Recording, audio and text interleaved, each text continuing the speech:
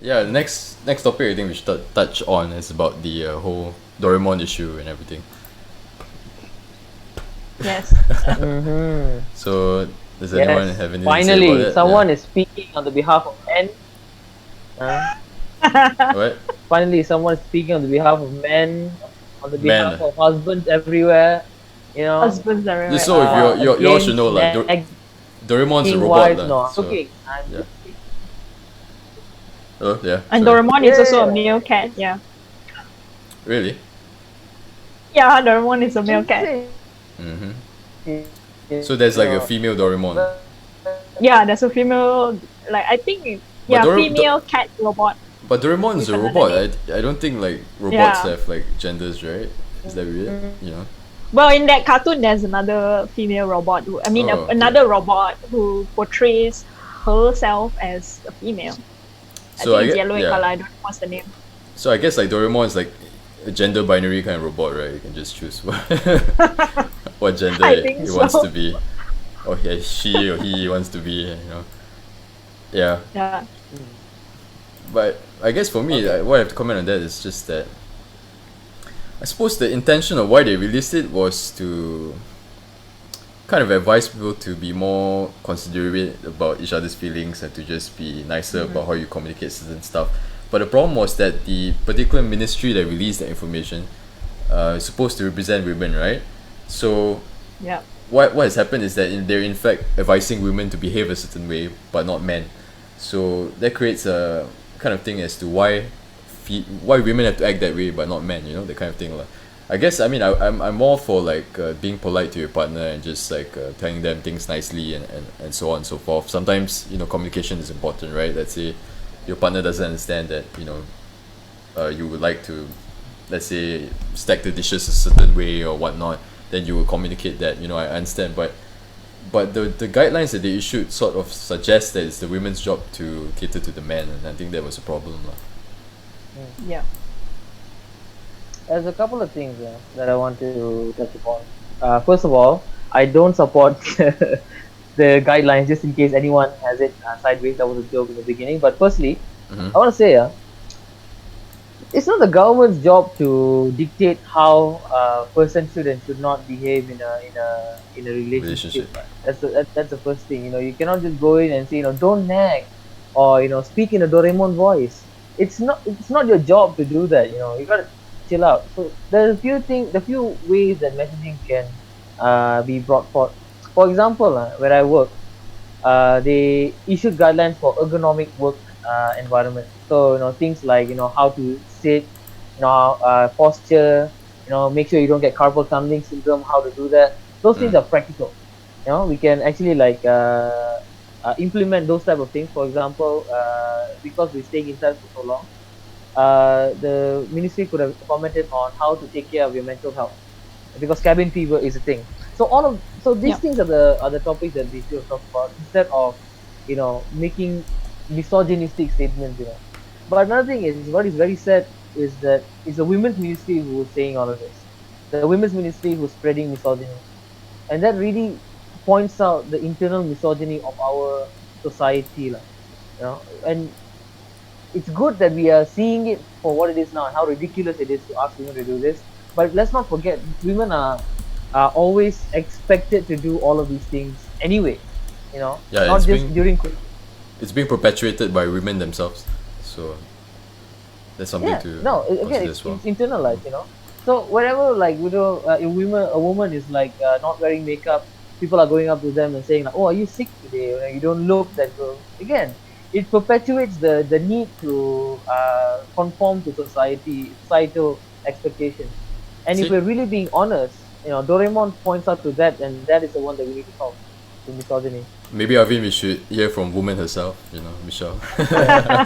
Right, instead of trying to explain the situation, Arveent. How dare you? No, you're free to share. Well, when I first saw that post, I find it to be very hilarious, because I think it's quite cringy as well. Quite cringy as well, the way the statement was framed. I think it's just I just think it's very girly. Okay. But I don't think it's not meant they didn't intend for it to be malicious or encouraging something bad. Anyway, it's just a tip. Those are just tips. Actually, some of the tips are actually okay, decent, except for this one.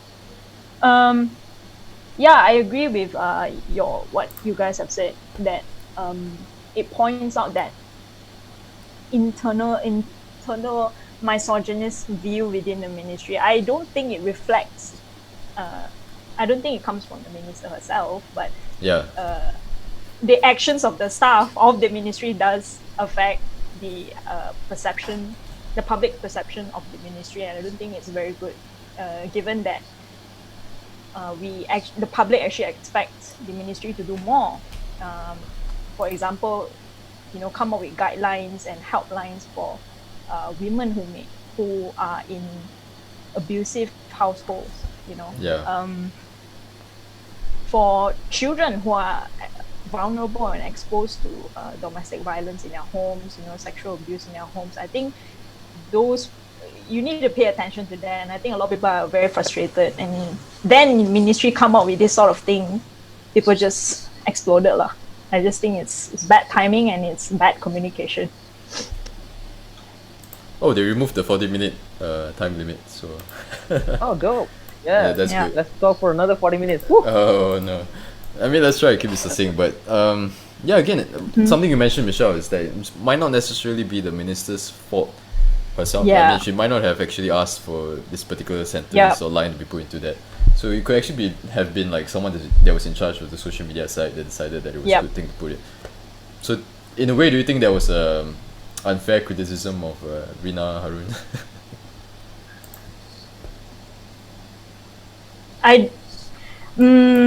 Yes, I do think it is slightly unfair towards her. Slightly unfair towards her. But it's also a responsibility of a minister to actually come up and respond and address to issues that public wants them to address. When she failed to do that, people choose to respond negatively to small mistakes like this. It's actually a small mistake. I think it's a small mistake. I don't think it was intended for it to be this way. But I think minister hasn't been pulling her side of, hadn't been doing much of what is expected from her lah. So I think people just exploded and the whole ministry just, it may show the culture at the ministry itself, like this is the kind of thinking that they support within the ministry. I mean, it might not necessarily be attributable to Rina Harun, meaning that she might not have necessarily have said that go ahead and do this, but the very fact is that the people working there and whoever came up with this is in a culture where this is supported. So I think that's something that has to be rethought as well. But I think it's a good point that you mentioned about like domestic violence and all that as well. People that are stuck in homes right now, they have nowhere to run, and they can't run 10 km, 9 km, maybe. 7 km, the police will take over. And I think that's something that needs to be talked about as well, right? Sometimes like the divorce rate might be related to these issues that we're not necessarily highlighting, because it's such a normalized thing in our culture, especially when it comes to children, right. I don't go too much into that, but I think that's a good point that you raised as well. Yes, on the issue, I think it's not a thought that is supported by the ministry alone. I think the thought is supported by most Malaysians, that these are things that are okay to say. Be presentable, wear makeup, all of these things are okay to say, and they're not. Even some people, some netizens have commented that you're supposed to do all of these things. You're supposed to be a certain way. Certain people from ISMA, have said that as well, who are also women. So the critique is not to the ministry or the minister, because they are the byproducts of they are the symptoms of the disease. The disease is this pervasive thought within society, and I hope that we can address that as Malaysians. So some people say that the people who critique whatever that was being said by the ministry in this infographics are propagating very like Western thinking, and this is something that's actually more of a Malaysian kind of culture, and it should differ from the Western way of doing things. Like, do you have anything to comment about that?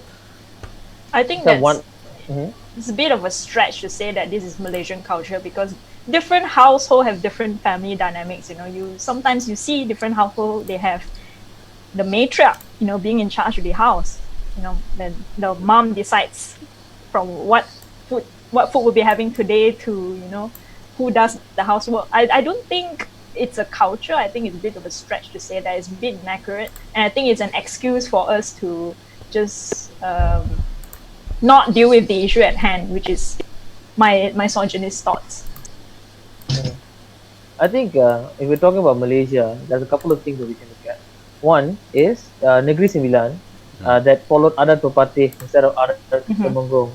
Adat Pepatih is a matriarchal, way of looking at society, where if I'm not mistaken, correct me if I'm wrong, guys. If I'm not mistaken, the inheritance follows in the matrilineal line. Another thing is in Kelantan, we had queens, who are leading the government as well. So let's separate East versus West values. If your values contain misogynism, your values contain discrimination, your values are wrong and need to change. It's not that the values take supremacy over discrimination. Never. Yeah. But I do think that this thought, about Western culture and Asian culture, this debate has always been there when it comes to, enforcing and ensuring people's human rights. Human rights in general, there's always been a debate about this. Certain norms are said to be Western ideas, and it should never be implemented in Malaysia because Malaysian culture is not like that. But I think we need to get past that. We need to tackle that head on, instead of just letting it slide and accept it as, you're being stupid, you're just using it as an excuse. I think we need to talk about this. We need to confront people who actually have this kind of view and get to the point and try to figure out whether this is actually a culture or not. To me, I don't think it's a culture. I think it's a bit of a stretch, and I think it's inaccurate. All right. So, what's the last thing on our topic? How do you spend your MCO? Fun things to do during MCO. I don't know. Sleeping is pretty fun, right? I mean, you can dream of new worlds and experience new things in life. Yeah. For me, I think this, what we're doing, podcasting, that's fun. Editing the videos is fun. Watching YouTube videos is fun. Yeah, it's fun. Actually, I'm having a lot of fun. I thought it's stressful. No lah. I'm having fun with my friends. But I think what's important is getting in touch with the people that you that matter to you. Having the human connection. Technology is so good that we can do this quite regularly. So I think people who are struggling with being alone or being separated should actually reach out and have Zoom calls, and if you have a birthday coming up, have a Zoom birthday party. That's what I'm going to do, because my birthday is on the 13th. MCO lives on the 14th. Oh, okay. So, thanks for reminding us, Arveent. Things like that. Happy birthday. Very subtle way of doing it. One more thing you could do is, I guess you could like Liberasi and just follow us. We post regularly as well. So yeah. Oh yeah, that's the most fun thing you can do. That's the number one fun thing you could do, right? Yeah. Exactly. A dose of endorphins straight to your brain, man. Like us, share, subscribe. But actually, I find that I could do. One of the things that I do in my pastime recently is that I play chess online. Just to waste time. I guess like games, right? You can play games with friends and stuff like that. For me personally, I've done that also. Play games with friends and also friends lah. Yeah, continue my gaming streak of Skyrim. Same, dude. You play Skyrim. Wow. Yeah, for some time. Interesting. Yeah, I play Skyrim. Okay, interesting. Well, I like the game lah. But other than that, I've also been trying to keep myself active. One of the things that I've been doing was actually video call my friend whom I work out with most of the time, and we just do that lah on call.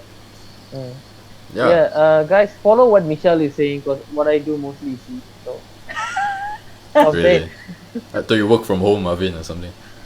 Oh yeah, you said fun things to do. Oh, okay. MCO. Fair enough. Fair enough. Yeah, they're like there's this bunch of people that are having like this workout session, and then like every day Yeah. they'll do it on Zoom, and then you can join them. Yeah, I think that's a Yeah. pretty interesting initiative as well. Yeah. I guess if you're into that kind of thing. But how can we, like how can we do our part in helping, let's say, the NGOs and all that? There's this group called Caremongering Malaysia Community, right?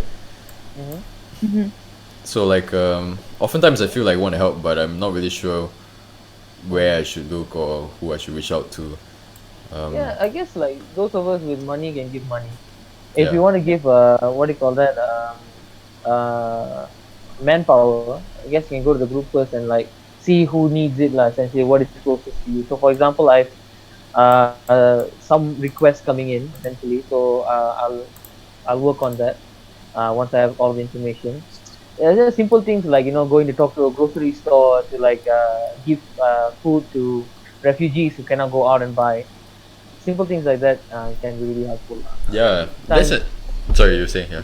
You. Yeah, but one more interesting thing I realized was from the Prihatin Bantuan package. I know we covered this last time, but although they Yeah. said that there's sorry, what was the thing that was in the Prihatin Bantuan package? They said that you won't be expelled from your premises, right? If you don't pay for your rent. But I don't know whether that extends to like refugees or not refugees, but let's say like migrant workers or whatnot. Do you think that extends to them, the protection? We don't know, Right. but hope not. Actually, Yeah, because I think they should have some sort of moratorium on like this thing, right?